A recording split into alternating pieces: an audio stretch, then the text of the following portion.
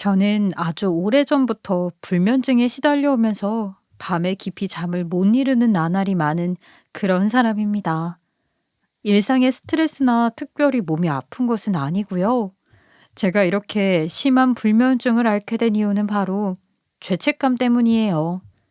제 잘못으로 30년 전에 하나뿐이던 금쪽 같은 딸을 잃어버리게 된 일이 있었거든요.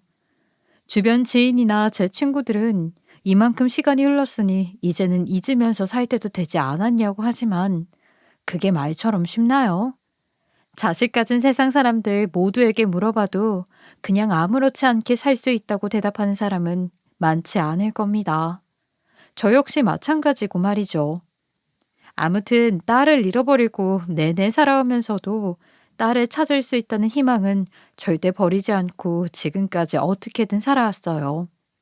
그리고 이렇게 내가 포기하지 않고 지낸 시간이 절대 허송세월이 아니었다는 것을 증명하듯 기적 같은 일이 얼마 전에 생겼었죠. 그래서 오늘 저는 제가 겪은 그 기적 같은 일에 대해 여러분과 함께 나누고 싶어서 사연을 이리 보내게 되었습니다. 제가 남편을 만난 것은 특별한 사연이 있는 것도 우연한 만남이 있었던 것도 아니에요. 남편과 저는 동네에서 그저 함께 자란 오빠 동생 사이였죠. 어릴 때는 멋모르고 서로 재미있게 놀곤 했지만 점차 나이가 들어가고 중학교, 고등학교를 지나 사회에 나갈 무렵엔 얼굴 보는 시간도 그리 많지 않았었어요. 하지만 매번 명절이 되고 서로 일하던 곳에서 고향으로 오게 되면 꼭 만나서 한 잔씩 걸치는 그런 사이였었죠. 그러다 보니 자연스럽게 우리는 연애를 하게 되었고 서로를 배우자라 칭하는 관계가 되어가네요. 아무튼 주변의 사람들과 별반 다르지 않은 연애와 결혼을 하게 된 남편과 저는 결혼 후에 아이를 무척이나 원했어요. 남편은 평균적으로 하루에 담배 한 갑은 피우던 애연가였고 친구들과 기분 좋게 술도 즐기는 애주가이기도 했는데 저와 결혼한 동시에 술과 담배를 바로 끊더군요.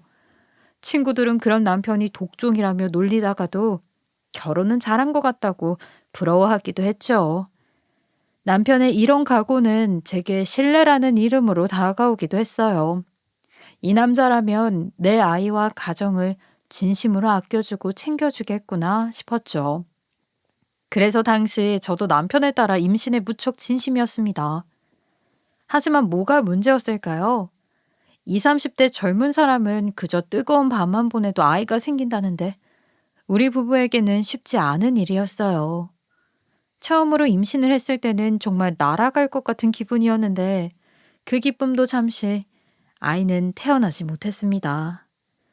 노력하고 아껴주는 우리 마음과는 달리 저는 그 이후로도 3번의 유산을 겪게 되었고 점차 아이에 대한 갈망은 절망으로 바뀌었어요. 그땐 정말 너무 우울해서 몸이 얼마나 망가졌는지 모르겠어요. 남편도 역시 힘들었을 텐데 그런 와중에도 저를 챙겨주기 바빴죠. 지금 생각해도 너무 고마운 사람입니다. 여보, 너무 힘들어하지 마. 그리고 유산이 전부 당신 탓도 아니고 너무 혼자 그렇게 자책도 하지 말고. 당신도 나도 아이를 많이 바라고 원해왔지만 우리가 너무 성급했던 것일 수도 있어. 우리 너무 급하게 생각하지 말고 천천히 여유를 가져보자. 그래도 안 되면 우리끼리 재미있게 즐기면서 살아도 되고. 제가 3번째 유산을 겪었을 때 남편은 슬픔에 잠겨 자책하던 제게 이런 위로를 건네주었죠. 내 생에 이런 인연을 어디서 다시 만날까 하는 생각도 들었고 우리 둘이서 지내도 괜찮다는 말에 많은 격려와 위로를 받았던 것 같아요. 남편의 말에는 진심이 느껴졌으니까 말이죠. 그래도 한동안은 길에서 유모차만 봐도 눈물을 쏟고 했던 시간을 보냈어요. 거의 1년을 그렇게 아이를 잃은 슬픔을 겪으며 이제는 포기하자 싶은 찰나에 우리 부부에게 축복이 찾아왔습니다. 3번의 아픔 끝에 찾아온 딸은 다행히도 너무나 건강히 태어나서 우리 곁을 지켜줬어요. 당시 남편과 저는 딸에게 앞서 먼저 빛을 보지 못한 3명의 생명만큼 더 노력하자 서로 이야기를 나누곤 했죠. 그만큼 우리에게 딸의 존재는 축복이자 삶의 희망과도 같았어요. 이런 상황이니 어찌 부모로서 딸을 애지중지하지 않겠어요? 저는 물론이고 딸바보가 된 남편은 딸의 일거수일투족을 다 기록해야 한다며 그 당시에 한 달 월급 가까이 되는 그 비싼 카메라까지 사서 딸의 사진을 찍고 다녔습니다. 그리고 우리 부부는 아직 아무것도 모르고 방싯방싯 웃는 아기를 데리고 전국 경치 좋은 유명하다는 곳은 여기저기 다 돌아다니며 딸과의 행복한 시간을 보냈어요. 특히나 주말이면 많은 사람들이 움직여서 도로 사정이 좋지 않아도 그거 서슴지 않고 여행을 나섰죠. 아마 그때부터였던 것 같아요. 집만 지키고 실내 생활을 즐기던 우리 부부가 매주 밖으로 소풍이나 나들이를 떠나는 게 일상이 되었던 것이요. 눈에 넣어도 안 아플 딸과 그 딸의 일생을 기록하겠다며 사게 된 카메라 덕이었죠. 그러던 어느 날이었어요. 그날도 어김없이 남편, 딸과 함께 여행을 가게 된 날이었습니다. 잠시 회사에서 급한 연락이 와서 전화에 신경 쓴 사이 딸이 제 시야에서 사라졌죠. 1분도 되지 않는 시간에 제 옆에서 사라진 딸을 저는 목 놓아 부르며 찾기 시작했어요. 혹시라도 잘못되진 않았을까 진땀까지 흘리며 남편과 함께 딸을 찾아다녔지만 딸은 찾지 못했습니다. 어른도 아니고 아이의 걸음이니 얼마나 움직였을까 싶은 마음에 금방 찾겠지 불안한 속을 달래며 찾았지만 딸은 쉽게 찾을 수 없었어요. 그래서 우리 부부는 주변 경찰서를 찾아 바로 실종 신고를 했어요. 그날 한밤중까지 금방 경찰이 동원돼서 인근 산까지 수색을 시작했어요. 경찰도 이상하게 생각했던 거죠. 기껏해야 5, 6살 되는 아이의 걸음으로 그 주변을 돌아다녔다고 해도 이렇게까지 발견이 되지 않는다는 사실이 말이에요. 경찰도 혹시 모를 사건이 있을지도 모른다며 주변 탐색은 물론 인근에 인접한 산까지 수색을 했던 겁니다.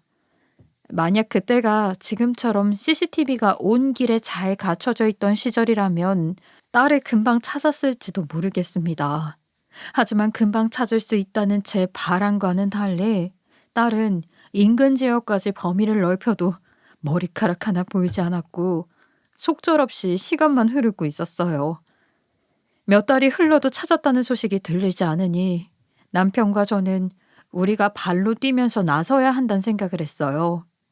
그래서 집에 있던 딸의 사진과 함께 전단을 만들어서 길거리로 나가기 시작했습니다. 딸을 잃어버리고 나서 제정신은 정상적이지 않았어요. 늘 눈물이 흐르고 그날 회사에서 온 전화를 받지만 않았어도 잃어버리지 않았다는 죄책감에 이 모든 죄의 화살을 나에게 돌리고 고통받으며 지냈죠. 딸이 사라지고 전단을 돌리는 그 와중에도 저는 하루에 끼니도 제대로 먹질 못했어요. 남편은 그런 저를 보면서 밥이라도 먹어야 힘내고 다닐 수 있다며 음식을 직접 먹여주기까지 했지만 그래도 저는 음식을 제대로 삼킬 수가 없더라고요. 그리고 생각했습니다. 이렇게 무력하게 있기보다 직접 발로 뛰자고. 그래서 남편과 저는 생업도 그만두고 전단을 들고 밖으로 나서게 된 거예요. 저에게는 이게 마지막 수단이라고 생각밖에 들지 않았거든요. 남편과 전단을 돌리던 생활을 지속하면서 우리 형편은 점점 나빠져만 갔고 그러다 하루는 남편이 연락도 없이 늦은 밤까지 집에 들어오지 않는 겁니다.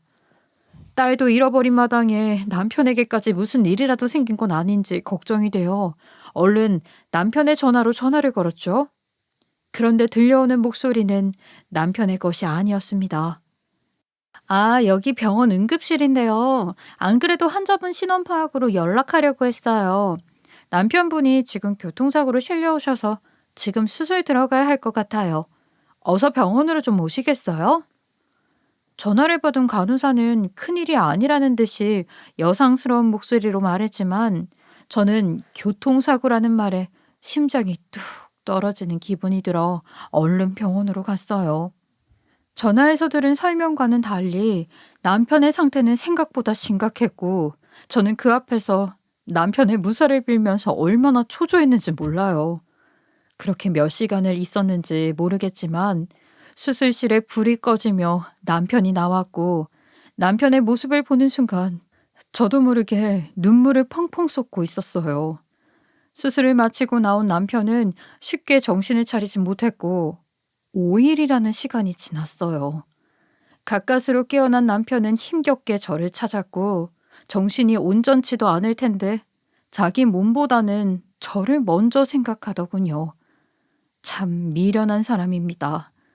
자기 몸에 붕대들이 칭칭 감겨 있는데 자기 상태를 물어보기는커녕 저는 괜찮냐고 물어보니 말이에요.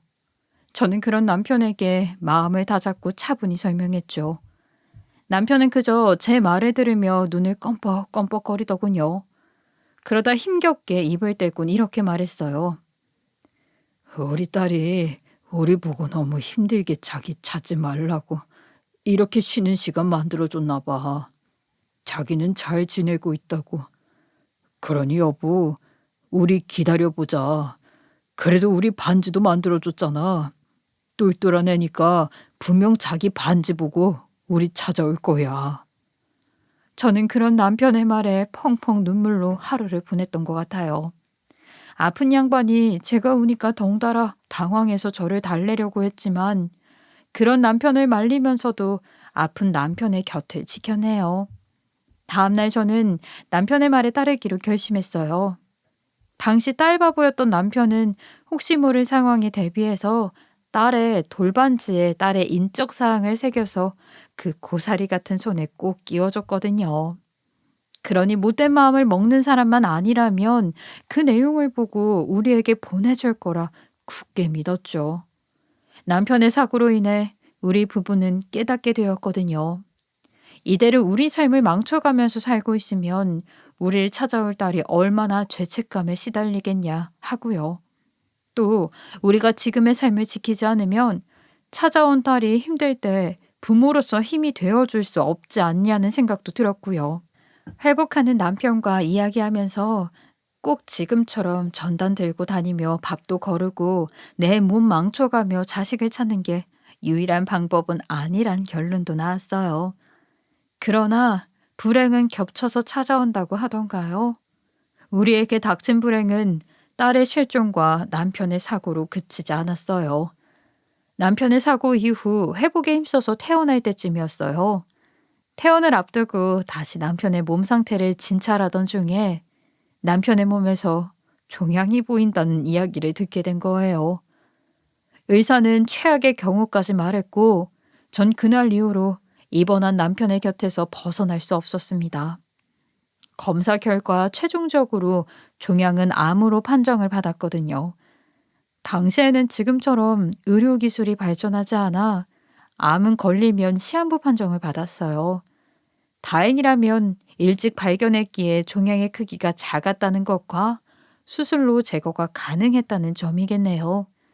아무튼 빠르게 암을 제거하는 수술을 받았지만 남편의 암은 쉽게 사라지지 않았어요. 암 수술 이후에도 재발을 몇 번이나 겪은 남편은 인생의 반 정도가 병원을 오가는 날이 되었고 저는 그런 남편의 곁을 지키며 가장의 노릇도 해야 했죠. 그렇게 30년이라는 시간이 지나면서 행복이라는 말이 찾아올까 싶은 나날을 보냈어요. 남편이 아프니 딸은 잊었냐고요? 절대 그렇지 않습니다. 남편의 암 수술 이후에도 저는 일을 하면서도 틈틈이 7년이 넘도록 딸을 찾아 전단을 돌렸어요.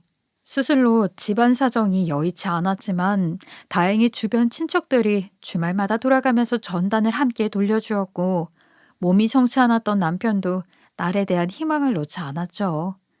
그러다 겨울에 전단을 돌리며 동상까지 걸리는 친척들의 모습을 보고선 우리 부부는 다시 선택하게 되었습니다. 이대로 전단을 돌리는 것은 가족 모두를 해할 수 있는 길이라는 걸 알게 되었으니 말이죠. 그래서 안타까운 마음이 들더라도 우리는 이제 그저 딸을 기다리기로 했어요. 하지만 정말 슬프게도 암이 몇 번이나 재발하던 남편의 건강은 나날이 악화되어 갔고 밝고 활발하던 남편은 이젠 집에서 몸도 제대로 가누지 못하는 상태가 되었죠. 그런 남편의 낙은 하나였어요. 딸의 어린 시절 열심히 남겨두었던 앨범이었죠. 저와 남편은 비록 딸을 찾는 것을 멈췄지만 딸을 잊은 적은 단 하루도 없었습니다. 매번 시간이 날 때마다 둘이 앉아서 앨범을 보며 딸과의 추억을 나누며 마음의 상처를 서로 보듬어 왔을 뿐이었어요. 시간이 오래 지나니 이제는 딸이 어떤 모습으로 자랐을까 이야기하면서 언젠간 우리를 찾아올 거라 말하면서 보냈던 것 같아요.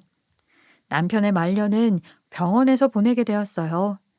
저는 딸에 대한 그리움으로 딸 또래로 보이는 간호사가 남편의 병실에 들어오면 저도 모르게 눈물이 뚝뚝 흐르곤 했습니다. 그런 제 모습을 아픈 남편이 보면서 얼마나 속을 알았을지 몰라요. 남편의 걱정을 덜어주고 싶어서 애써 눈물을 삼키려 했지만 제 마음대로 되지 않더군요. 그리고 남편이 세상을 떠나기 전 하루는 담담한 얼굴로 저를 빤히 쳐다보면서 말했어요. 내가 당신 때문에 눈도 편히 못 감겠다. 그래도 내가 당신 짐을 한 가진 덜어주고 갈게. 내가 먼저 천국에서 우리 딸이 있는지 사사치 찾아볼게. 그러니 당신은 여기에서 나는 천국에서 나눠서 찾아보자. 혹시라도 딸을 찾으면 내가 손잡고 당신 꿈에 찾아갈 테니까 내가 꿈에 안 나온다 싶으면 우리 딸이 살아있는 거야. 그러니 너무 슬퍼하지 말고 우리 딸이 이 세상에 없을 거라 포기하지 말고 내가 곁에 없더라도 딸 찾으면서 잘 사는 거야. 알겠지? 아픈 내색을 숨기며 애써 웃으면서 말하는 남편의 말에서 나를 걱정하는 마음이 느껴졌죠. 혹시라도 자신이 죽고 난 다음에 몹쓸 생각을 하진 않을까 걱정했던 모양이에요. 저는 그런 남편의 마음을 눈치채고는 남편의 말에 끄덕이며 열심히 찾아보겠노라 답해 주었습니다. 그리고 남편이 제 곁을 떠났어요. 남편에게는 참으로 고된 시간이 아니었을까 싶어요. 딸 바보이던 그가 딸도 잃어버리고 살아온 것도 모자라 병으로 반평생을 고통받으며 살았으니까요. 그런 남편의 유언과도 같은 말에 저는 다시 힘을 내서 딸을 찾으러 다니기 시작했어요. 왜냐하면 천국에서 찾으면 제 꿈에 나타난다던 남편은 한 달이 지나도록 제 꿈에 나오지 않았으니까요. 이 세상에 어딘가에서 제 딸이 잘 살고 있다는 말이잖아요. 그러니 이젠 오기로라도 찾고 싶었습니다. 딸을 잃어버렸던 당시와는 다르게 지금은 실종자를 찾을 방법이 무수히 많잖아요. 옛날 감성 물씬 풍기는 딸과의 추억이 담긴 사진도 깨끗한 화질로 쉽게 복원할 수 있고요. 전 그 복원된 사진으로 인터넷에 힘을 빌려보기로 했죠. 물론 이 방법은 제 머리에서 나온 것은 아니에요. 저를 걱정하던 친척들의 자식, 조카들이 제게 힘을 빌려주었죠. 요즘 얼마나 각박한 세상인데 본인들 일로도 힘들 조카들이 저를 위해 선뜻 나서주니 너무 고마웠어요. 이런 친척들을 제 곁에 남겨준 남편에게도 너무 감사했고요. 그렇게 저는 딸을 찾는 일에 박차를 가하기 시작했습니다. 30년이 지난 사이 기술은 놀랍도록 발전했더군요. 주말에 한번 조카들과 인터넷에 글을 올리며 옆에서 지켜보니 생각보다 많은 사람들이 우리 딸을 본 것 같다며 메시지를 보내주었고 저는 열심히 딸을 찾아다녔죠. 그러나 불행히도 그 많은 답장 속에서 우리 딸은 찾지 못했단 거예요. 포기하고 싶은 마음도 들었지만 아직까지도 내 꿈에 나타나지 않는 남편의 모습을 생각하며 다시 힘을 냈던 것 같아요. 많은 실패를 겪었음에도 언젠가는 꼭 만날 수 있다는 희망을 품고 말이죠. 그러던 어느 날이었어요. 그날은 기록적인 폭염이 있던 날이었는데 여전히 저는 전단을 돌리면서 딸을 찾고 있었죠. 그러다 눈을 떴는데 제가 모르는 집에 침대에 누워있더군요. 처음 보는 낯선 천장을 보고는 너무 놀라서 벌떡 일어났는데 눈앞이 핑 도는 거예요. 한참을 정신을 차리려 노력하다 벽을 잡고 주춤주춤 밖으로 나와보니 음식 냄새가 솔솔 났습니다. 저는 긴장된 마음으로 주방으로 나갔는데 거기엔 한 여자분이 서서 정성스레 요리를 준비하고 있더군요. 그녀가 놀라지 않게 전 조심스레 말을 건넸어요. 저기요, 혹시 여기가 어딘지 알 수 있을까요? 제가 왜 여기에 있는지도 설명을 좀 해주셨으면 좋겠네요. 그녀는 이미 제가 깨어나서 움직이는 소리를 들었던지 물기 있는 손을 앞치마에 닦으면서 저를 쳐다보았어요. 그리고 말했습니다. 집에 오는 길에 당신을 발견했어요. 오늘 기록적인 더위라더니 아마도 더위를 심하게 먹으신 것 같더군요. 정신을 잃은 상태여서 일단은 저희 집으로 모셨습니다. 치료는 119 구급대원이 와서 잠시 보시고 가셨어요. 몸에 큰 지장은 없어서 응급처치만으로도 회복이 가능하더군요. 저는 그녀의 말에 눈을 껌뻑거리고 서 있었어요. 그러자 그녀는 환하게 웃으며 말했죠. 일어나신 것을 보면 어느 정도 회복은 되신 모양이에요. 식사 준비가 곧 다 되니까 잠시 거실에서 기다려 주시겠어요? 저는 고개를 끄덕이곤 그녀가 말한 거실로 나갔습니다. 알고 보니 더위에 저도 모르게 언덕길을 오르며 쓰러졌던 것이고 때마침 지나가던 그녀가 저를 구한 거였죠. 거실로 나가서 잠시 집을 구경하고 있으란 그녀의 말에 저는 집 이리저리 둘러보기 시작했어요. 그리곤 거실 쪽 한켠에 있는 사진을 보게 되었죠. 그녀의 직업은 검사였는지 법원 앞에서 법복을 입고 환하게 웃는 사진이 크게 걸려 있더군요. 그 옆에는 작은 액자에 많은 아이들의 사진이 보였고요. 저는 저도 모르게 사진을 한참 쳐다보았고 그녀가 식사 준비가 다 되었다고 부르는 소리에 다시 주방으로 향했어요. 어색한 분위기도 잠시 마주 앉아서 밥을 먹는데 그녀가 대뜸 말하더군요. 쓰러지실 때 쥐고 있던 물건이에요. 오래전에 딸을 잃어버리셨나 봐요. 의도치 않게 전단 내용을 좀 살펴보게 됐네요. 사람을 경계하는 게 버릇이 되었던 저는 주춤하면서도 그녀의 말에 대답해 주었죠. 예, 맞아요. 제 실수로 딸을 잃어버린 지가 이제 30년이 다 되어 갑니다.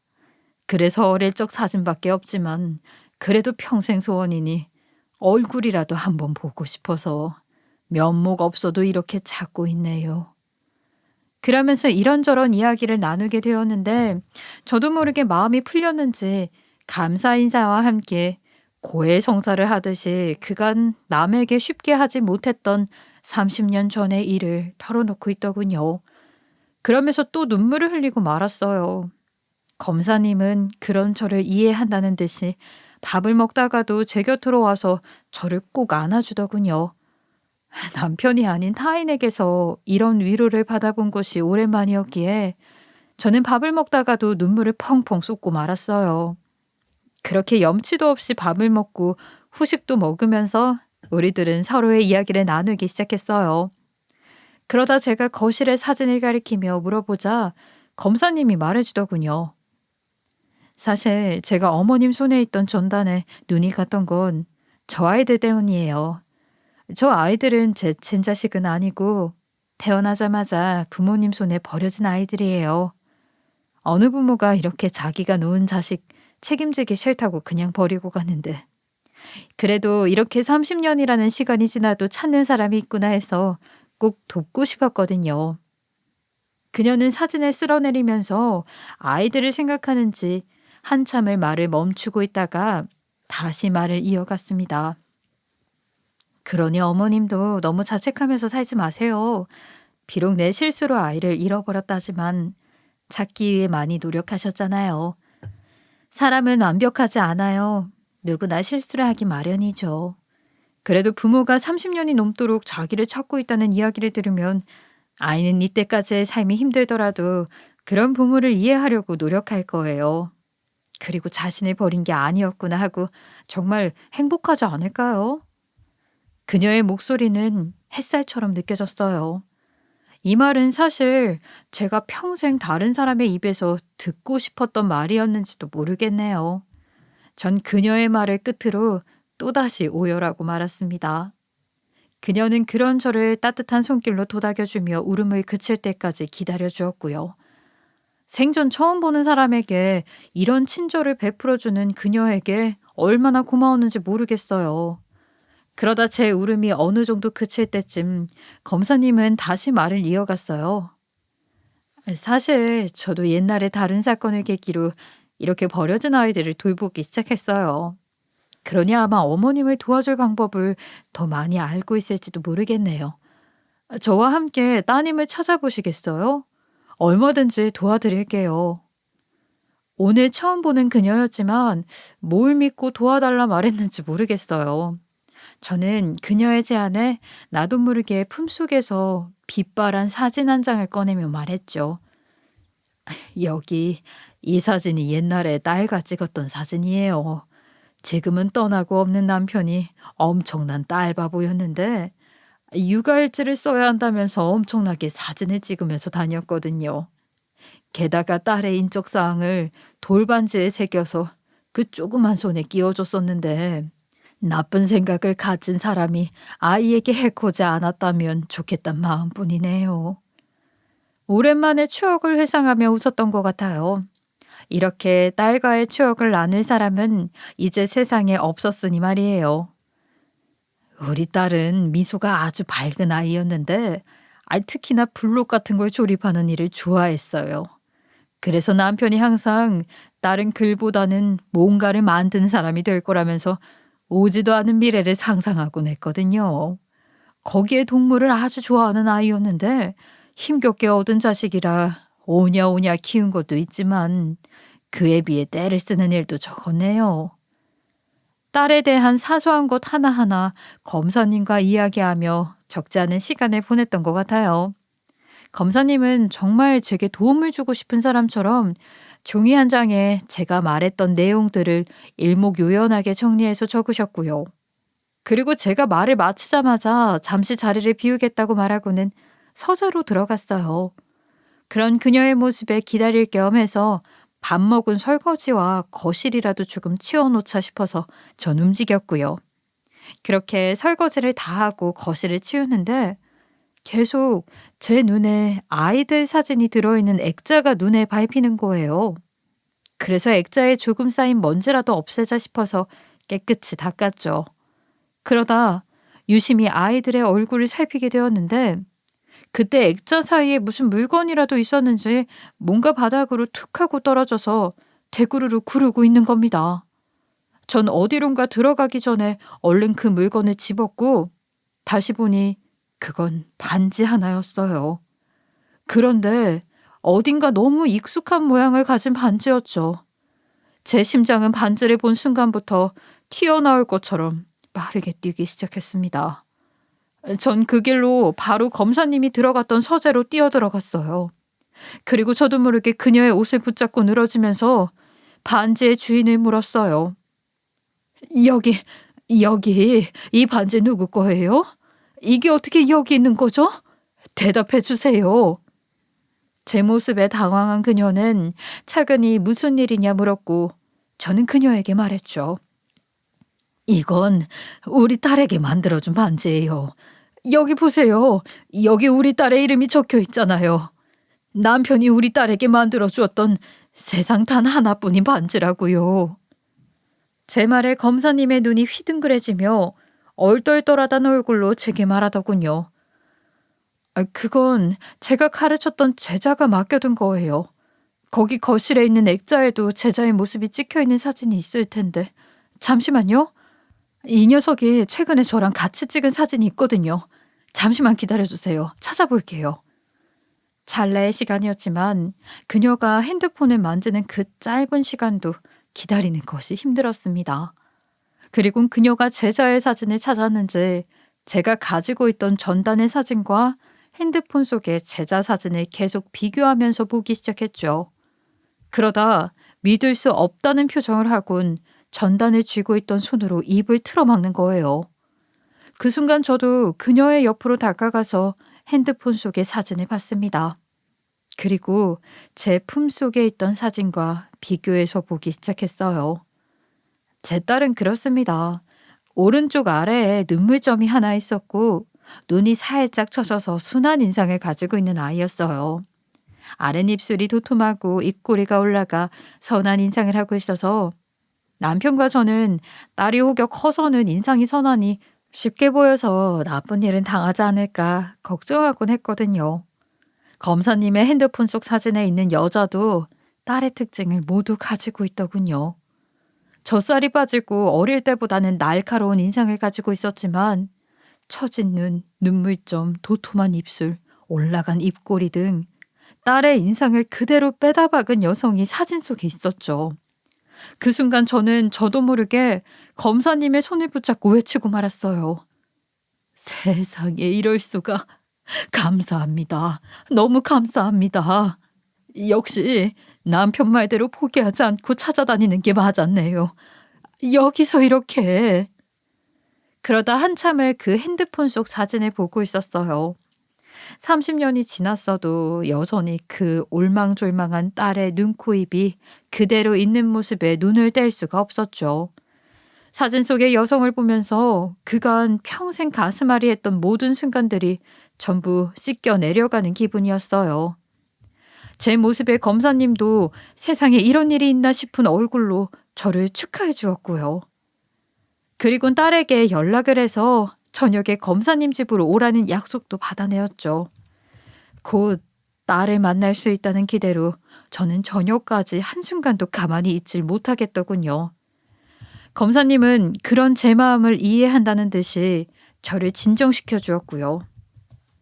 그렇게 그날 저녁 전 드디어 30년이라는 시간이 지나고 딸을 다시 만나게 되었습니다.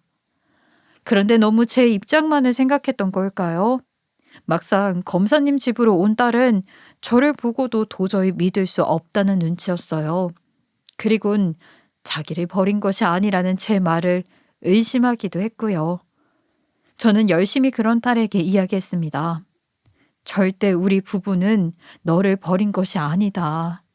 너를 찾기 위해 이때까지 많이 노력해왔다 하고요.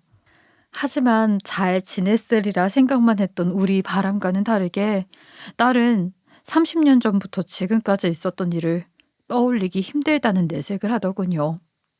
그 모습에 저는 못내 가슴이 찢어질 듯 아팠습니다. 그리고 그날 저는 이제껏 있었던 딸의 인생을 듣게 되었죠. 아직까지도 얼떨떨한 기분이네요. 정말로 제 어머니가 맞는 건가요? 그리고 정말 저를 버리신 게 아니라고요?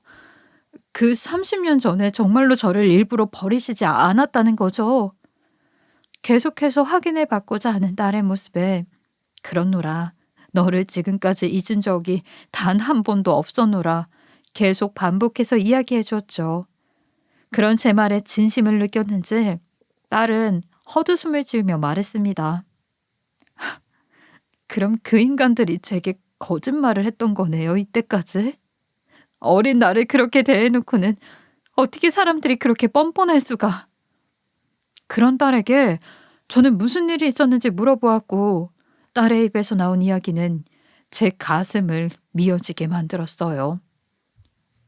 제가 어렸을 때 저를 키워주신 부모님은 버려진 저를 데려다가 입히고 먹여주고 재워줬다고 했어요. 본인들이 자식이 없었기에 버려진 저를 데려왔다고 말이죠. 그러다 그 집에 자식이 생겼는데 자기 배로 낳은 자식이 생기자마자 저는 보육원으로 보내버리더라고요. 이제 내 핏줄이 생겼으니 저는 필요 없다는 거였겠죠. 자신들이 필요로 할 때는 그렇게 열심히 잘해주려고 노력하더니 자기 자식이 생기고 나서는 저를 거의 무슨 거지 보듯이 대했거든요. 자기 이야기를 마치 남일처럼 말하는 딸의 모습에 못내 눈물이 흐를 것만 같았어요. 하지만 꾹 참고 딸의 말이 끝나길 기다렸죠. 그런데 이제 와서 제 어머니라고요? 그럼 제가 옳다코나 반갑습니다 인사할 것 같았나요? 좀 더 열심히 찾아주셨어야죠. 정말로 자식을 찾고 싶었다면 더 열심히 돌아다니셨어야죠. 딸은 과거에 겪은 일에 많은 상처를 받았는지 저에게 울면서 소리를 질렀고 저는 그런 딸의 모습에 보듬어 주고 싶어도 어쩔 줄 몰라 손을 올렸다 내렸다 하고 있었어요. 그러자 옆에서 보고 있던 검사님이 제가 만든 전단을 딸에게 내밀면서 조용히 말했습니다. 이걸 봐라. 넌 버린 자식이 아니야. 여기 계신 네 어머니는 그저 실수를 하셨던 거야. 비록 30년이라는 많은 시간이 지났지만 이렇게라도 너를 찾았잖니? 물론 네 마음 다 안다.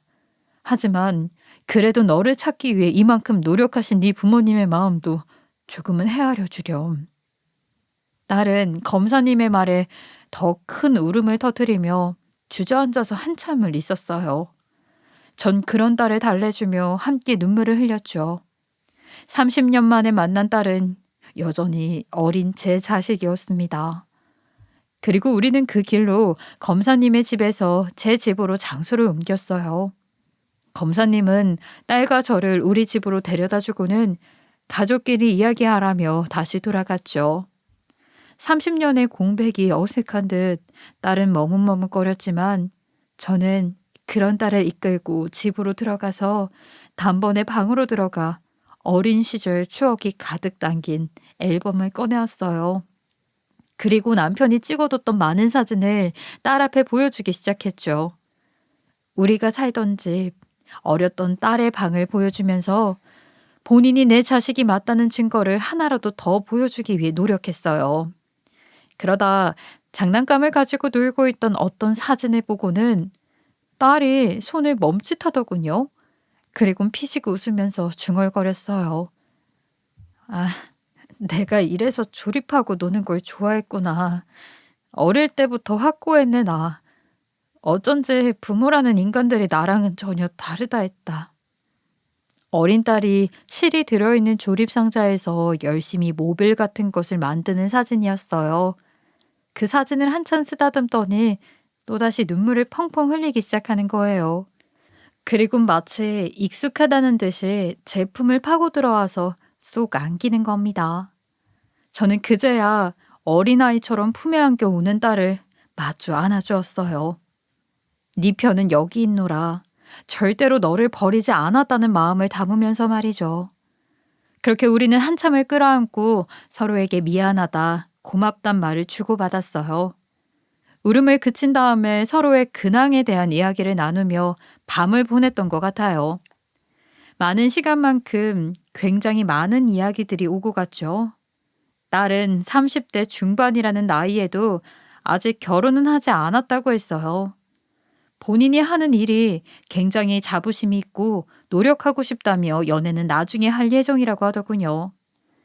저는 자신의 이야기를 하는 딸을 흐뭇하게 바라보며 그저 고개만 끄덕거리고 딸의 말을 듣고 있었어요. 하지만 모든 이야기가 희망적이고 다 좋은 이야기는 아니었어요. 딸의 이야기에서는 힘든 나날을 보낸 20대 시절의 이야기, 버려진 자신을 잘 키워준 부모인 줄 알았던 사람들에 대한 상처로 범벅이 된 10대 이야기 등 어렵고 아픈 시간들에 대한 것들도 많았죠. 저는 그런 딸의 말을 듣다가 말했어요.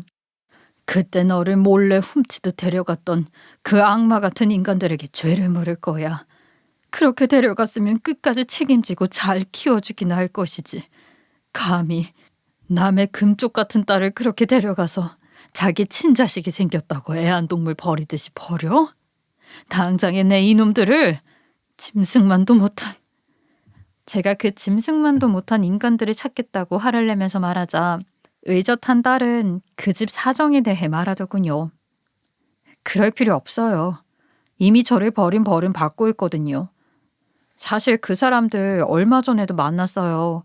제게 돈을 달라고 하더라고요. 제가 바본가요 뭐? 자식이 생겼다고 냅다 버린 사람들이 뭐가 좋다고 돈을 덥석 주겠어요. 매몰차게 거절했죠. 본인이 낳은 자식도 자기를 버리고 간다는데 왜 저를 찾아왔는지 모르겠다니까요. 그 염치 없는 짐승들은 딸을 버릴 땐 언제고 얼마 전 병원비를 내달라며 부탁을 했답니다. 딸은 의젓한 모습으로 말했지만 표정을 보니 다시 받아주고 자신이 버림받을까 두려운 마음이 들었던 것 같아요. 말로 내뱉지는 않았지만 저는 그런 딸의 기분을 느낄 수 있었죠. 그래서 저는 조용히 딸의 손을 잡고 말했어요. 정말 찾아가서 뭐라도 안 해도 되겠어? 네가 원한다면 내 모든 힘을 다해서라도 그 사람들 콩밥까지 먹여줄 수 있어. 내가 왜 지금까지 열심히 살아왔겠니? 전부 너를 찾은 다음에 다 네 힘이 되어주고 싶은 마음 때문이야. 하지만 네가 됐다면 나 역시 그런 마음은 접으마. 난 언제나 네 편이란다. 그리곤 조용히 딸을 이끌고 언젠가는 돌아올 딸을 위해 마련했던 방을 보여주었어요. 어린 딸이 좋아했던 취미들과 조카들의 조언을 빌어 꾸민 딸의 방이 지금 딸의 마음에 들지는 모르겠지만 말이에요. 딸은 방 안을 보자마자 또 한참을 울더군요. 저는 또 당황해서 그런 딸을 달래느라 한참 진땀을 뺐네요. 6살 때 잃어버렸던 딸이니 저도 6년밖에 못 해본 엄마 노릇을 어떻게 해줘야 할지 떠듬떠듬 거렸어요. 그러다 보니 이렇게 다 큰 딸은 어떻게 또 달래줘야 될지 진땀을 뺐죠. 하지만 딸도 제 그런 마음을 알아주듯 피식하고 웃더라고요. 그리고 다음 날은 남편이 잠들어 있는 납골당에 갔습니다. 남편에게 딸을 데리고 왔다고 당신이 그토록 보고 싶어 했고 찾고 싶어 했던 우리 딸을 데리고 왔다고 했어요. 딸도 어색하다는 듯 남편에게 아빠라고 부르더라고요. 우리는 남편 유골함 옆에 딸 사진도 함께 넣어주며 그동안 30년 동안 함께하지 못했던 딸을 옆에 두고 이젠 평생 함께하라고 하였어요. 딸은 이전에 살던 집을 정리하고 지금은 저와 함께 지내고 있습니다. 평범하게 회사를 다니며 지내는데 요즘은 밥 먹을 때 이런 말을 하더군요. 저 결혼은 10년 뒤에나 하려고요. 어떻게 찾은 부모님이고 가족인데 지금이라도 같이 많은 시간 보내야죠. 제가 노처녀가 될지언정 전 엄마랑 같이 오붓하게 지낼 거예요. 참 대견하지 않습니까? 어려운 어린 시절을 보냈음에도 씩씩한 딸의 모습이 말이죠. 이런 딸과 지내는 날이 과연 얼마나 남았는지는 모르겠지만요.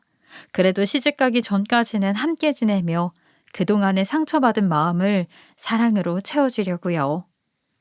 저는 이번 일을 겪으면서 기적이라는 말을 믿게 되었어요. 그리고 기적이 별로 특별한 사람에게만 일어나는 일이 아니라는 걸 배웠죠. 지금 제 사연을 듣고 있는 청자님들도 분명 저와 같을 거예요. 포기하지 않고 자신의 믿음대로, 신념대로 지키면서 살다 보면 언젠가는 저처럼 기적을 만나게 되지 않을까요? 지금까지 우리 가족에게 일어난 사연 들어주셔서 감사합니다. 다들 가족과 좋은 시간 많이 보내세요.